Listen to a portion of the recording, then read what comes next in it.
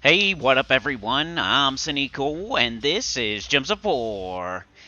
And today I have quite a few teams for ya. I got Guild Wars, Purple Guild Wars, I got the faction event for Dugaroth, and then I have Under Spire. I know this isn't ideal, but this is what I'm going to do today. We'll see how it goes. I'm thinking like, okay, Purple Guild Wars, not everybody has it today. Underspire, that's for the rest of the week. Faction, that's just for today. Maybe this video will last a little bit longer if I put more stuff on it, but in the past that hasn't really worked, so we'll see.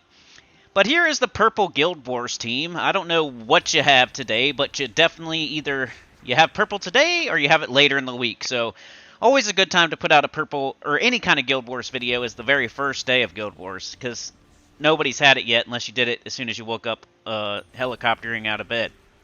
Which, you know, it's Guild Wars, get it out of the way, I understand. But my new purple team, this came from Allie, a.k.a. Cookie. Very good team so far. I think I've gone 10-0. Used it twice. Got a Boreal Crystal, Zul'Goth, King of Ravens, and Leprechaun. I just got the King of the Ravens, so this was pretty soon after I got it that I started using it, and it's been working great. It will counter a lot of empowered converters. You know how that almost always happens, the enemy using the book with 2 empowered converters? Well, with the King of the Ravens, there's so much of those blue spirit gems on the board, and you got Leprechaun, and you can do that right away, drain them, then they don't have empowered converters, and then you just keep doing it over and over and over. The enemy never gets a turn while you're building your Zul'Goth up. Bang, you instant kill their most important troop, and then you just do it again. You're draining, draining, draining. It takes a while. Like, it's not the fastest team in the world, but it's super safe. 10-0 so far. Bracket 3 type of stuff. I made Top Herald, so there's only like 3 people that scored higher than me last Guild Wars. And, yeah, I went 5-0 right here. Bracket 3. Leprechaun blows up the blue spirit gems. Draining empowered converters, like I said. Hopefully that gets up something else. Usually it'll get up like the Boreal Crystal. You'll do that, and that'll do the same thing, so it'll drain them even more and prevent them from doing things. And then, hopefully by that time, you got either Zul'Goth or King of the Ravens or Leprechaun back up again, and then you just do one of those. But the ultimate goal is to keep the other team, you know, in check until you can get your Zul'Goth up. And then you cast your Zul'Goth on their book or their Secra or whatever troop is going to cause you the most pain. But 9,512, 5-0, fourth best in my guild right now. That's coming up from quite a bit. I've been doing way better in Guild Wars lately. You know how it goes. Sometimes you lose motivation, you don't care. Sometimes you just need to switch a couple teams around. And that's kind of what I did. I asked for some help with the purple team, with the brown team, and we're doing better now with those 2 changes.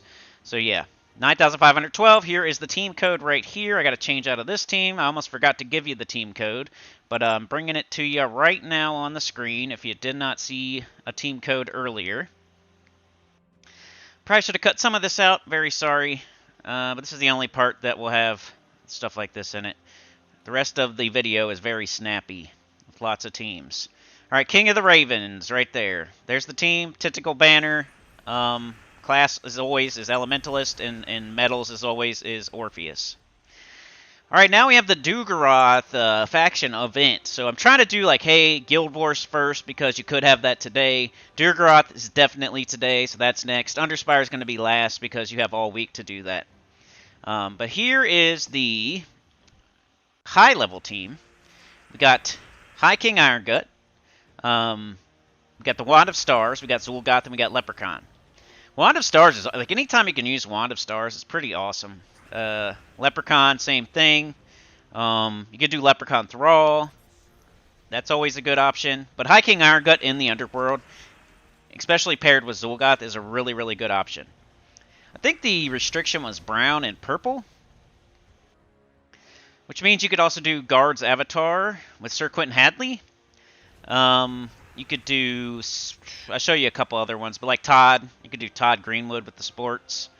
You could do Gargoyles. There's lots of stuff you could do. But this is the high-level team that I would recommend. This is the one that I did Deathless and everything. The High King Irongut, you cast the Leprechaun. That normally will get up either the High King Irongut or your Wand. You then Devour with the High King Irongut. That just gets your attack super high, keeps your HP and your armor up there. It makes you devour easier the next time.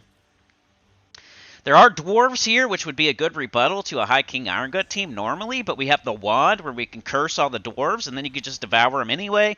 Plus, we got Zul'Goth instant killing, putting a bunch of skulls on the board for then High King Irongut, who has tons of attack to use those skulls to finish things off. So just so much killing potential on this team with a curse, with a lot of mana generation. It's just one of the best teams in the game right now, especially for underworld stuff, faction stuff.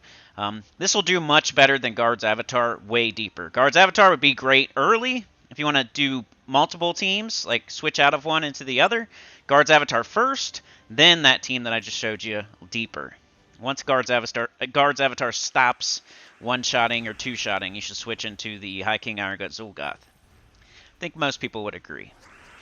Alright, here is the mid-level team, and the only reason it's the mid-level team is because of the Chernabog. Chernabog is a legendary. It really makes this team super loopy. It might be the best loopy journey troop that there is. Chalcedony. Wasn't it the first one too? The first one to ever come out, it might be the best one. Because we got the Chernabog, the Dust Storm, who's also the right typing. Like, seems like all the other journey troops, either you need 3 of them, or you need like King Averlon for Secra, which doesn't really help the team except for the 50% starter. Doesn't give you a storm. You know, I feel like this troop is perfect. Gives you the exact storm you need, and it's a construct. Make yourself Geomancer with a 50% start. Chalcedony is my favorite out of all the... I think it's the best, at least. I don't know if it's my favorite, but it's the best out of all the journey troops. Let me know, though. Put it in the comments. Definitely hit that like while you're listening. Hit that like real quick. It's free. It helps a lot. You're doing your part. And, yeah, we got to both do our parts here. So hit that like, please, if you don't mind. Please, please, please. But, yeah, what do you think? Who do you think's the best journey troop? You could say maybe Todd, because it doesn't need a legendary. You could say Secra, you could say the new one, or Huntmaster Boreas, or Suraluin, but I kind of like the new one too, though. The new one, the yellow, the Hippolyta, because it has the nice traits. If it happens to get skulls, it kills a little bit quicker. But I think the most loopy one is Chalcedony, just because of the Chernabog. And the fact that you got Geomancer with a 50% start that also counts as a construct. So it's just the whole team is really, really good. Alright, here's a slightly different team that you may have not seen before. It's for the low-level team. Another option, of course, is doing, like Gargoyle. Gargoyle's always good for low level. Super easy to get. Underworld troop that's not even a legendary. But I went with just do two things that hit all enemies with spell damage, and then Leprechaun and Thrall. So whatever you want, you could do Atlanta. You could do, there's a couple of them, but this was the strongest one. Alithian Servitor is the strongest. It does the most damage, most AoE damage out of, unless you're going to use the red macaque, which would be a great idea. I just went with the what's it? Dancing Daggers. Dervish class weapon. You should have it. It's free. Every Vault event, you should be going after these class weapons. They're super easy to get. But Black Manacles, for sure, would be a good replacement if you have that, or you don't have the Dancing Daggers. The Red Macaque is super good. It's probably the best option here. And then Alithian Servitor is the best, other option. It actually hits harder than the Dancing Daggers and the Black Manacles, I think. Got Leprechaun and Thrall getting everything up. We got the weapon and the Alithian Servitor knocking everything down. 2 of them bring you up, and 2 of them knock them down. And yeah, if you're a low-level player, just doing your share, doing your part, or just getting all rewards, because it's not a guild event. I don't know what I'm talking about, but just getting all rewards, this should do enough and be enough to get you there. You might have to end up casting like Alithian Servitor twice and the Dancing Daggers once, but you got so much mana generation with the Thrall and Leprechaun, you shouldn't have too much trouble. And like I said, if you want to use Black Manacles or Red Macaque, go for it. They're probably both just as good or better.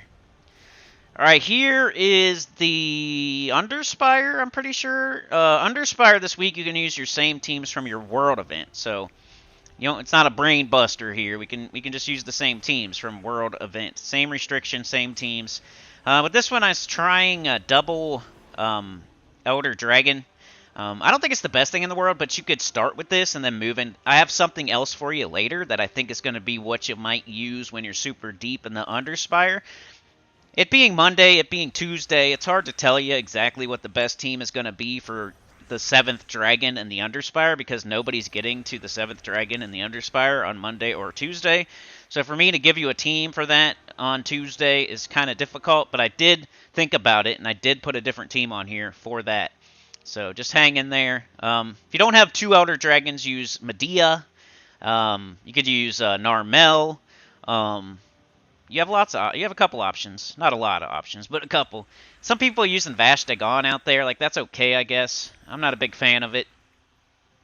But Elder Dragon could end up looping, so this team could end up being good later on still if you don't have Zul'Goth, who I think is the main... Like, Zul'Goth's going to be the one that's going to...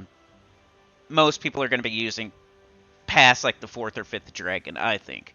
It's instant kills. Zul'Goth's just always good. It's scalable because it doesn't matter how many stats the enemy has. You can still instant kill them no matter how beefy they are. But Elder Dragon early, Medea early, Narmel early, stuff like that I think would be a good way to go. I just wanted to try the 2 dragons to see if I could get them looping. I never really did because they were just killing in one shot this early. We're not super deep, so I never got to try to see if they could loop. But I think with putting all those curse gems on the board, all that brown on the board, with the Eldritch Minion turning purple to brown. Or is it brown to purple? Yeah, I don't know. I think it's brown to purple, which isn't the greatest, but it helps get them up, and then you don't cast it again. And then the staff that we're using does brown and purple. You can then use the Eldritch Minion. Pretty cool. Puts the exact colors on the board that you need to then convert. So, I don't know. It's just an idea. This team is almost working better right here because Narmel is easier to get. Narmel has a lower mana cost, and we still got the Eldritch Minion who can turn brown to purple immediately. It's empowered. We got the staff, makes purple and brown, which is good for Narmel. We don't really use the brown, but we can turn the brown back into purple with the Eldritch Minion, so not that big of a deal. It's like either you do the staff first or you do the Eldritch Minion first. If the Eldritch Minion doesn't have alignment, then you don't do it. You try to get up the staff, you cast the staff, then you can do the Eldritch Minion. Then you should have both Narmels and just go to town. Narmel is a kind of like a gargoyle where you'll hit 2 slot and then you'll finish off 4 slot a lot of the time. Does that splash damage. So I think it's true splash damage too, like heavy true or something. So it's decent. It just doesn't. It's never going to kill all 4 at the same time. So it's not the best. Like Elder Dragon will kill all 4 sometimes. Medea will kill all 4 sometimes. Even Vashtagon will kill all 4 sometimes. But Narmel will never do that. But for a mid-level team, taking away all the mythics, I think is a good, decent idea. Especially with 2 of them. I'll say either do 2 Medeas or 2 Narmels. I wouldn't mix and match these because, you know, you either want to do splash damage or you want to do AoE damage. You don't really want to mix them together. So I'll go either 2 Narmels or 2 Medeas. So if you don't have 2 Medeas, you can definitely go get 2 Narmels. It's an Underworld troop. I think a Duergaroth. Duergaroth Underworld troop. And those are always easier to get than regular legendaries. There's like more than 100 legendaries in the drop table. You're never going to get the one you want. But in the Underworld, you can go straight to the place where it is and throw shards and just get it. It's always so much easier. Alright, here's the low-level team. Now, like I always say with the Underspire, if you're a low-level player, this might be like the last thing you should be doing. You should be trying to stay in your guild. You should be doing guild wars. You should be doing the faction event. You should get PvP to tier 1. You should be doing quests. You should be doing your Underworld. So many things that you should be doing that this might be the last thing you should be doing. And then even when you do it, like, are you going to go to the 7th? Are you going to spend 1,000 gems on this? Probably not. But I still put a low-level team on here just in case. We got Temperath. It's the Explodey one. I forget what it's called. Explodey blows up purple.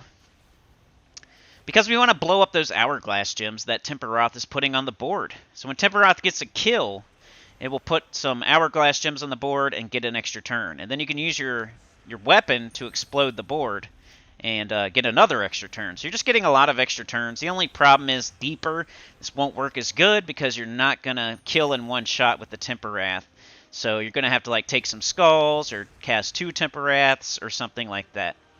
So I'm not really thinking like this team is going to take you all the way to the 7th boss, but maybe buy you some time, get it done while you do the underworld and go get an Armel or something like that. An Armel probably has a better chance of going a little bit deeper than this, and you could just work your way up to getting it this week while you're still doing the Underspire.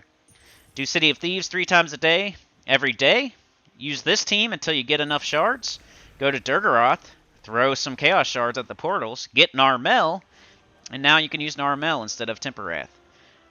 Something like that. But yeah, that's my only idea for low-level players.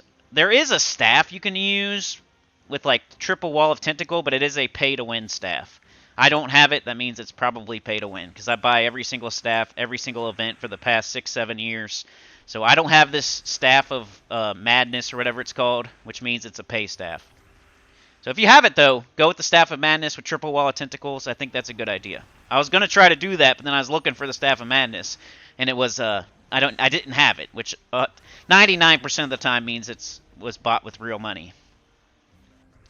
Or it's like 20 years old, you know, because I've been getting every new weapon for a very long time. All right, here's my idea for the super duper deep Underspire team. Now, like I said, it's Monday, it's Tuesday.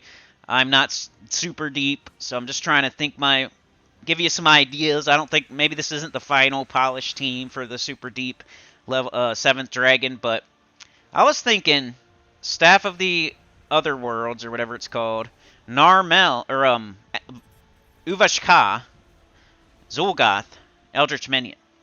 So we're going down the skull route here, which with a super deep, not the greatest idea, but we do have a summon with the Uvashka. The Zul'Goth is doing an instant kill. We're not totally relying on skulls. So, yeah, I don't know. We got the same thing with the staff and the Eldritch Minion again, where if you don't have alignment, you could then get up the staff, cast it, and then you have alignment, which will make a bunch of purple, get up Zul'Goth. You know, Uvashka's changing purple to skull, has the summon on it. Makes the extra Doom Skulls because we have Eldritch Minion. Just an idea for the later ones, because double Elder Dragon or double Narmel may not make it to the 7th boss. It could, but just an idea for you. I think Zul'Goth is going to be on the team at least. But yeah. Like, share, subscribe, consider joining. It helps a lot. Tell your guild about the channel, comment below, and I'll see y'all next time. Peace.